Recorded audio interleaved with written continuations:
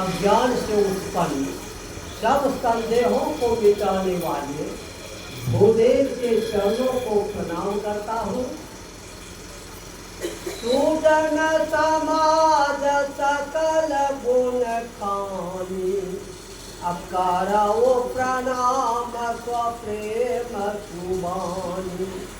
फिर मैं सुंदर वाणी के प्रेम सहित सब गुणों की खानी सुदन समाज को प्रणाम करता हूँ। साधु चरित शुभ चरित कपासु, अन्य सद गुण माय फल जासु। साधु का चरित्र कपास की तरह काला है, जिसका फल स्वाद से रहित है, पर निर्मल गुण है, सूत सद वृत्ति युक्त है। जो सही दुख पर शीघ्र दुरावा, अवांगनीय जहि जगत सुपावा। जो स्वयं दुख सहकर दूसरों के दोषों को छिपाता है, वह संसार में बड़ाई करने योग्य जग को पाता है। मोद मंगल माया संत समाजो, अजो जग जंगम तीरथ राजू। संतों का समाज आनंद और कल्याण में जो संसार में चलता फिरता तीर्थराज है। राम भगत सुर करी धारा, असारा साई ब्रह्म विचार प्रचारा। जहाँ संत समाज जंगम तीर्थराज प्रयागु राम भक्ति का प्रचार श्री गंगा जी की धारा है, और ब्रह्म विचार का प्रचार सरस्वती की धारा है। विधि निषेध मय कलिमाला हरणी, अकर्म कथा रविनंदिनी बरणी। कर्तव्य अकर्तव्य कर्म कथा का प्रचार कलिमल नाटक यमुना की धारा है। हरिहर कथा विराजति देवी, अस्तोनत सकल मोद मंगल देवी। संत समाज रूप तीर्थराज में हरि और हर की कथा वेणी त्रिवेणी रूप में शोभा पाती है, जो सुनते ही आनंद और मंगल को देती है। बट विश्वास यतन निज धर्मा, अतीरथ राजसु समाज सुकर्मा। अपने धर्म में विश्वास की अचलता संत समाज रूप प्रयास में अक्षय वट है, और सुकर्म इस तीर्थराज का मेला। सब ही सुलभ सब दिन सब देसा, असेवत सागर समन कलेसा। यह संत समाज रूप जंगम तीर्थराज सबको सब दिन और सब देशों में आसानी से मिलता है। आदर सहित इसकी सेवा करने से यह दुख का नाश करने वाला है। अलौकिक तीरथ राऊ, अधेयिता सफल प्रगट प्रभाऊ। इस दिव्य तीर्थराज का वर्णन करना शक्ति से बाहर है। यह तत्काल कर देता है, और इसका प्रभाव प्रकट है। सोनी समझाहि जन मुदित मनो, मज्जहि अति अनुराग। लाहि चारि फल अछत तनो, साधु समाज प्रयाग। जो साधु समाज में उपदेशों को आनंद मन से सुनकर समझते हैं, वे मानो प्रयाग में अधिक प्रेम के साथ स्नान करते हैं, और वे इससे चारों फल अर्थ धर्म काम और मोक्ष शरीर रास्ते पा लेते हैं। वो उनके प्रेम से महाराज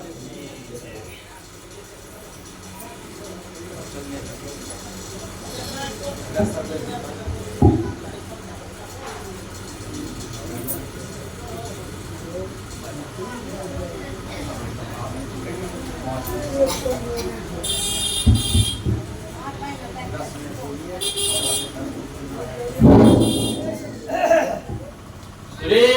सद्गुरु महाराज की जय। श्री सद्गुरु महाराज की जय। श्री सद्गुरु महाराज की जय। नमामि अमित ज्ञान रूपं कृपालम् अगम बोधदाता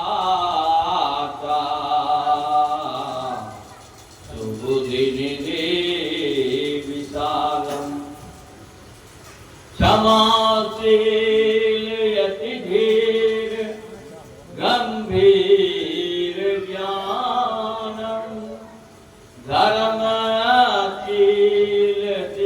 धीर समधीर ध्यानम् जगत त्राणकारी अघारी उदारणम् भगत प्राण रूपम् दया गुण अपारम् नमो सद्गुरु ज्ञान दाता सुस्वामी नमामि नमामि नमामि नमामि मंगल मूर्ति सद्गुरु नीलवै सर्वाधार नीलवै सर्वाधार मंगलमय मंगल करनो बिनवा बारंबार धन्य धन्य सद्गुरु सुखद महिमा कही न जाय महिमा कही न जाय जो कुछ कहाँ तुम्हारी कृपा मोते कछु न बता। विश्ववंदनीय प्रातः स्मरणीय अनंत श्री विभूषित ऊंचे आसन पर आसीन सद्गुरु महाराज के चरण कमल में इस दास का कोटि सा नमन। पधारे हुए सत्संग प्रेमी महानुभाव माताओं एवं बहनों सभी के चरण कमल में इस दास का कोटि सा नमन। यह संत मत का सत्संग है। संत मत सत्संग के माध्यम से ज्ञान योग युक्त ईश्वर भक्ति का प्रचार प्रसार किया जाता है।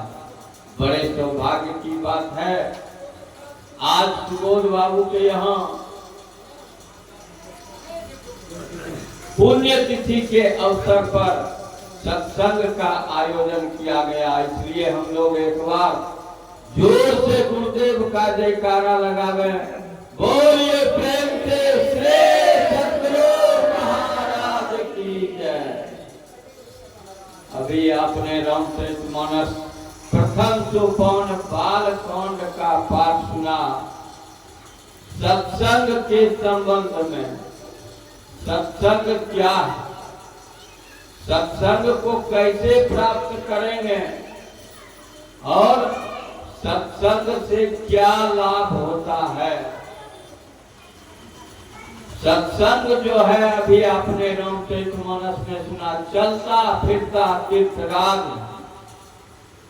जो आपको चाहिए वो सब आपको सत्संग में मिलता है। मति की रति गति भूति भलाई जो जही जतन जहां जही पाई सो जानब सत्संग प्रभाव लोक वेद न आनु पाऊ। लोग के मन में जिज्ञासा रहती है हमारा नाम हो जाए, हमारा काम हो जाए, हमारी बुद्धि बढ़िया हो जाए, हमारा घर बढ़िया से चले, हम सब कुछ जो जो संसार में चाहे सब मिल जाए। लेकिन वो होता नहीं है। क्यों? तो संसार में फंसे रहते हैं, संसार के चक्कर में फंसे रहते हैं और सत्संग की तरफ नहीं आते हैं। इसलिए आपको सत्संग का लाभ नहीं मिलता है। किसी चीज को पाने के लिए किसी चीज को छोड़ना पड़ता है। धन संपत्ति, बाल बच्चा, परिवार, ये सबको सब दिन मिलेगा, लेकिन ये सत्संग बार बार नहीं मिलता है। इसलिए सत्संग की जितनी भी महिमा कही जाए कम है, समयाभाव है। हम ज्यादा समय नहीं लेंगे, बस थोड़ा सा कह के एक कथा अपनी वाणी को विराम दूंगा। देखिए, सत्संग में आने से सुबुद्धि होता है, बढ़िया बुद्धि विवेक होगा। आप किसी से मिलिए जुलिएगा तो आपको लोग क्या कहेंगे, भला आदमी है, बढ़िया आदमी है, जेंटलमैन है। बहुत प्रकार का लाभ सत्संग में है। और ये सत्संग जब तक आप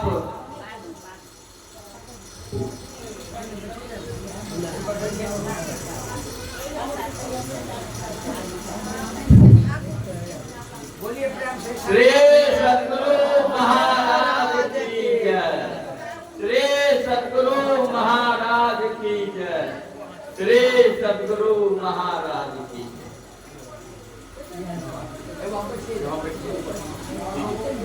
बाबा को बैठाइए ना।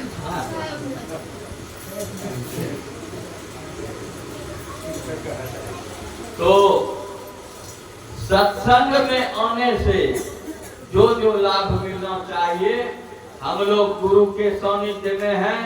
जब तक जीवन में गुरु नहीं, तब तक जीवन शुरू नहीं। गुरु से एक नाम का जप और एक रूप का ध्यान करने के दीक्षा में लेंगे और धीरे धीरे क्रमशः मानस जप मानस ध्यान करते जाएंगे। थोड़ा थोड़ा भी अभ्यास करते जाएंगे, महाभय से बचेंगे। क्या है महाभय? संसार में आते हैं, कुछ दिन ठहरते हैं और फिर काल के काल में चले जाते हैं। उससे कौन निकालेगा?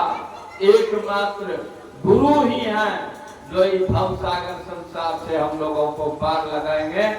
और उसके लिए गुरु के बताए रास्ते पर चलेंगे, गुरु को जीवन में अपनाएंगे।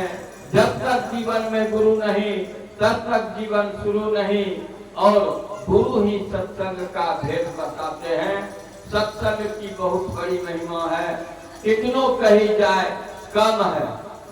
एक बार एक सेठ जी अपने बेटी के यहाँ जा रहे थे, तो स्टेशन पर उतरे। जैसे नौगछिया स्टेशन पर उतरे, उनको जाना था थोड़ा दूर, 2 किलोमीटर दूर। तो वो जो है गया और पूछा कि भाई कोई कुली हो तो चलो मेरे साथ। तो कहा 100 रुपया देंगे, कहा नहीं 50 रुपया देंगे। तो उन्होंने कम थोड़ा की खुली जो किनारे पर था उसको पकड़ा और उसके साथ में जो शर्त था, हम चलेंगे तो सत्संग करते हुए भी चलेंगे। तो सत्संग भी करते हुए उनके साथ गया और वही जो 10 मिनट तक सुना, वही उनके खाता में पुण्य में गया। तो वो जब लौटने लगा तो कहा, कुली ने कहा कि देखिए हम तो आए हैं और कल जो है हम समाप्त हो जाएंगे, मर जाएंगे, शरीर छोड़ देंगे। कहा यही बात है? कहा हाँ। और परसों आप भी शरीर छोड़ दीजिएगा। कहा ये तो गजब बात बोल दिया तुम जी। अच्छा पहले तुम मरेगा तब न हम मरेंगे। ठीक दूसरे दिन जब आया प्लेटफॉर्म पर सेठ जी, तो पूछा कहाँ है कम थोड़ा की कुली? तो कहा वो संसार से विदा हो गया। इनका माथा चकराया।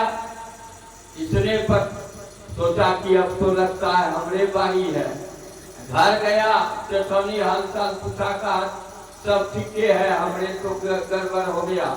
कहा क्या कल हम भी शरीर छोड़ देंगे? और दूसरे दिन वो भी शरीर छोड़ दिए। दोनों का शरीर छूट गया। यमराज भेजे, कहा देखो तो सेठ जी के पुण्य के खाता में है। कहा आधा घंटा कम खोराकी पुण्य के साथ जो ही सत्संग सुने हैं वही है इनके साथ।